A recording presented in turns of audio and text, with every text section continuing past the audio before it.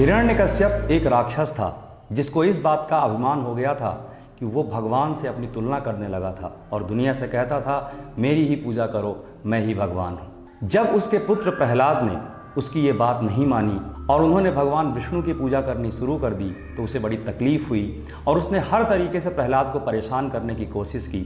And finally उसने अपनी बहन होलिका को कहा कि तुम इसे गोदी में लेकर आग में बैठ जाओ, क्योंकि होलिका को ये वरदान मिला हुआ था कि वो आग में नहीं जलेगी।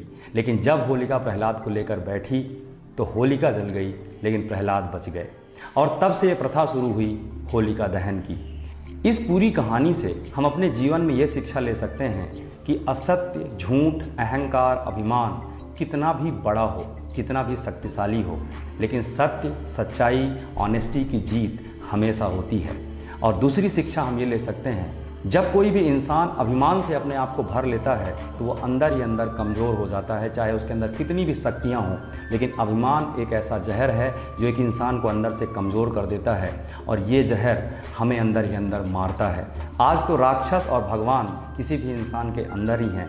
अगर हमारा अभिमान बड़ा है तो हम राक्षस हैं, और अगर हम विनम्र हैं, अगर हम सच्चे हैं, अगर हम ईमानदार हैं तो हम भगवान हैं। ये सारी प्रथाएं और परंपराएं इसलिए बनी कि मानव समाज एक अच्छा जीवन जी सके और होली का सच्चा मतलब निकाल सके।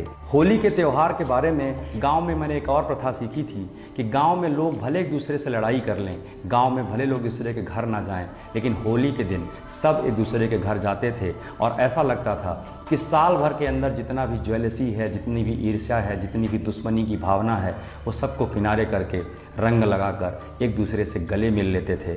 मैं इस होली के अवसर पर आप सबसे दो निवेदन करता हूँ। पहला कि हम अपने अंदर के नकारात्मक विचारों को मारें, सबके प्रति अच्छी भावना रखें, और दूसरा जो भी गलती हो गई, जो भी गिला शिकवा है, उसको भूलकर जो मिले उसे गले लगाएं। यूट्यूब, फेसबुक, इंस्टाग्राम और अलग अलग सोशल मीडिया प्लेटफॉर्म्स पर आप सबका जो प्यार मिल रहा है, बहुत खुशी होती है मुझे। आप सबके एक एक लाइक्स और कमेंट्स और प्यार के लिए दिल से शुक्रिया। अपना प्यार और आशीर्वाद ऐसे ही बनाकर रखिए। और एक पर्सनल ग्रोथ एक्सपर्ट होने के नाते मेरी जिम्मेदारी है कि मैं आपसे हर विषय पर समय समय पर ऐसी चर्चाएं करता रहूं, और उम्मीद करता हूं कि ये होली आपकी अब तक की सबसे शानदार होली होगी। एंजॉय करिए, पुरानी पास्ट के एक्सपीरियंसेस को भूल जाइए, सबसे मिलिए, दिल से मिलिए, और जीवन में एक रंग हमेशा लगा कर रखिए, और वो है खुश रहने का रंग, मस्त रहने का रंग। आप सबको होली की बहुत बहुत शुभकामनाएं।